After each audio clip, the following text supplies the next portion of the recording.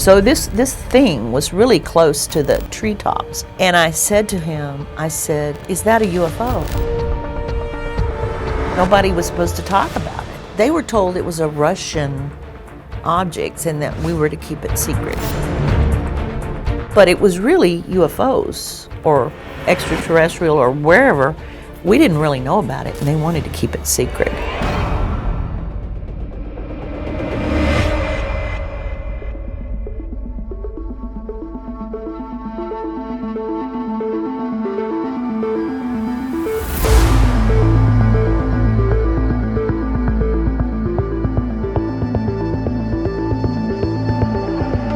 Hi, I'm Donna Hare, D-O-N-N-A-H-A-R-E. I was a general contractor for NASA, worked at Philco Ford from 1967 till the first space shuttle. So I worked there for quite a while. I realized that, well, I had a top secret clearance, but I would go into restricted areas and all. I went into the lab one day and they were doing what is called a mosaic. And it's satellite pictures that they take of the Earth. I think it was satellite pictures. It was above the clouds of the Earth, and they're panels. They're put together in a larger panel. They're a mosaic. And while I was in that lab across the hallway from where I worked, this gentleman, and I won't mention his name, there were several people that worked over there, but he showed me, he pointed my attention, it was a black and white mosaic, and he pointed my attention to one of the panels on the thing, and he says, "Look at that over there." And I looked, and it was a round circle, and it was really white. Didn't look like metal, but it was white. And I said, "Is that a bubble on the emulsion?" Because I knew that would happen. And he said, "Well, bubbles on the emulsion don't leave round shadows on the ground." And of course, I looked, and there was a shadow. This dot was casting a shadow, and it was at the same angle as it was pine trees. This was a picture of the Earth, and it was pine trees casting the same shadow. It was the same time of day. So this thing was really close to the treetops. And I said to him, I said, "Is that a UFO?" And he's smiling and he crosses his hands and he said, "Well, I can't tell you that." And I said, "What are you going to do?" In other words, he was letting me know he can't tell me it's a UFO. And I said, "What are you going to do with this information?" And he said, he looked at me and he says, "We have to airbrush these things out before we sell these pictures to the general public." And I was told they're airbrushed out. And I realized at the time that not only did he know, but a lot of people in the lab knew about these UFOs. And the reason he wanted to keep it secret in my mind was because it was a big secret. Nobody was supposed to talk about it. I started asking around after that, different people about UFOs and secrecy. Some people knew.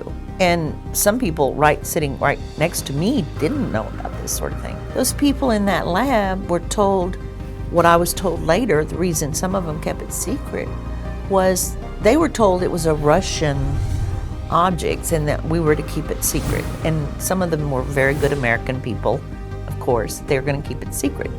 But it was really UFOs or extraterrestrial or wherever. We didn't really know about it and they wanted to keep it secret. During the time I was divorced, and I dated a man that was in quarantine with the astronauts.